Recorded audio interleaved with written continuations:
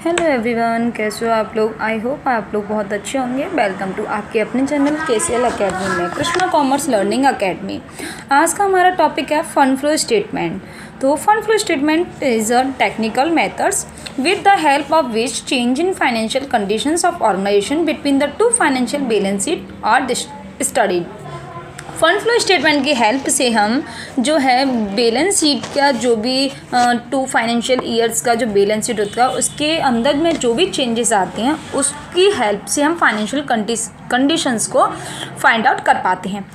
Fund flow statement is a financial statement होता है to depict the position of fund flow of funds during the period between the two balance sheet. दो balance sheet के period का जो भी fund flow होता है वो पोजीशन को डिपिक्ट करता है फंड फ्लो स्टेटमेंट। इसके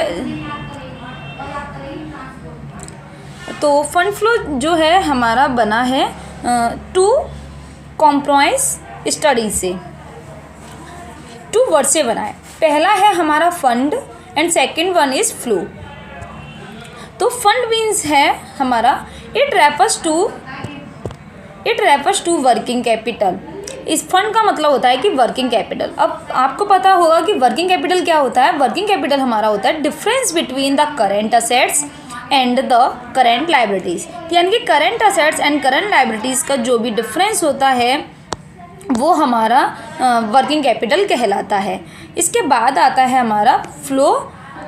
flow means it refers to change in working capital. It refers increase and decrease in the net working capital. Flow जो है चेंज इन वर्किंग कैपिटल कहलाता है। वो हमारा इंक्रीज भी हो सकता है और डिक्रीज भी आ सकता है। यदि हमारा वर्किंग कैपिटल इंक्रीज होगा तो उसको हम बोलते हैं सोर्स ऑफ फंड।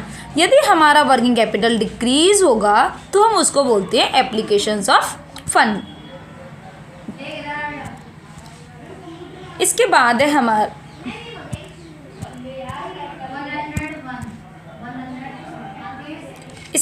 है हमारा objectives of preparing a fund flow statements are. क्या ऑब्जेक्टिव्स होते हैं हमारे फंड फ्लो स्टेटमेंट को प्रिपेयर करने के। तो फर्स्ट है हमारा to know the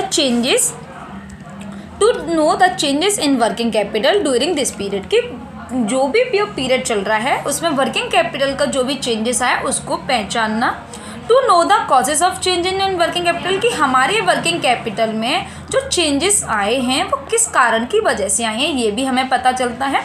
two know the inflow of funds the source. यानी कि हमें इनफ्लो का पता चलता है कि इनफ्लो ऑफ फंड हमारा कितना हुआ है। To know the item wise outflow. यानी कि हमें आउटफ्लो का भी पता चलता है। To find out the positions of working capital. हमें वर्किंग कैपिटल की पोजीशन पता चलती है on the two date of balance sheet की जो भी दो डिफरेंस आता है उन दोनों ईयर्स का। To know the changes in working capital during this period have been expect. जो भी वर्किंग कैपिटल है उसका चेंजेस हमें पता करना ड्यूरिंग अ पीरियड जो हमें पीरियड दिया गया है। To know the item wise outflow of fund during this period. ये पॉइंट रिपीट हुआ है। उसके बाद हम चलते हैं कि इसमें हमारे कुछ स्पेसिफिक क्वेश्चंस हैं उनके हम आंसर्स को देंगे कि how and where amount net profit have been utilise. कि हमारा जो नेट प्रॉफिट आया है उसको हम कहाँ और किस तरीके से यूटिलाइज करेंगे प्रॉफिट को। हम क्यों working capital is less even the net profit is वो। हमारा जो नेट प्रॉफिट है वो ज़्यादा होने के बावजूद भी वर्किंग कैपिटल क्यों कम आया है ये पता करने के लिए भी हम फंड फ्लो स्टेटमेंट को तैयार करते हैं। How distribute were amount among the share holder despite having less profit. यानी कि जब हमारे पास जो प्रॉफिट है वो लेस होने के बावजूद भी हम अमाउंट्स को शेयर होल्डर को कैसे डिस्ट्रीब्यूट करेंगे ये भी हमारा फंड फ्लो स्टेटमेंट से पता चलता है। How and in what manner fixed assets have been expected. यानी कि हम किस तरीके से फिक्स्ड असेट्स को कैसे तैयार करेंगे। How amount secure from the issue of shares and debentures. हम अमाउंट को कैसे सिक्योर करेंगे शेयर्स एंड डिवेंचर्स के लिए। To from what source fund have been provide increase in working capital. यदि हमारी वर्किंग कैपिटल इंक्रीज होती है तो हम सोर्स ऑफ फंड को किस तरीके से और कहाँ से उसको फंड को प्रोवाइड करेंगे। ये देखना हमारे कुछ क्वेश्चंस हैं, ये इनके आंसर हमें फंड फ्लो स्टेटमेंट से मिलते हैं। नेक्स्ट है हमारा एडवांटेजेस। फंड फ्लो स्टेटमेंट के एडवांटेज है, फर्स्ट जो है वो है प्रॉपर एलोकेशन ऑफ रिसोर्सेज, यानी कि पूरे प्रॉपर तरीके से रिसोर्सेज का एलोकेशंस करना। हमें ये हेल्प करता है कंपैरेटिव स्टडी, यानी कि टू कंपैरिजन करता है दो बैलेंस शीट में बिगनिंग और एंडिंग ऑफ द ईयर में। हेल्पफुल इज़ गेटिंग लोन, हमें लोन को प्रोवाइड लेने में हेल्प करता है। Use of working capital, working capital को यूज़ करने में हेल्प करता है।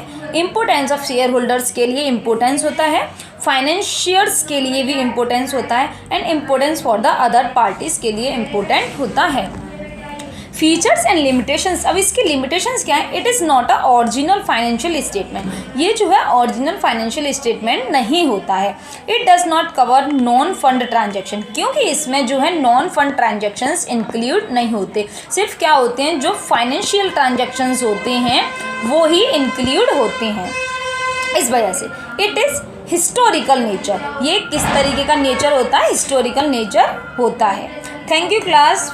और हम लास्ट की क्लास में, अब हम नेक्स्ट क्लास में देखेंगे इसमें कि इसके जो फॉर्मेट है वो किस तरीके से प्रिपेयर किया जाता है। आई होप आपको ये सारा कुछ समझ में आया होगा। Thank you class.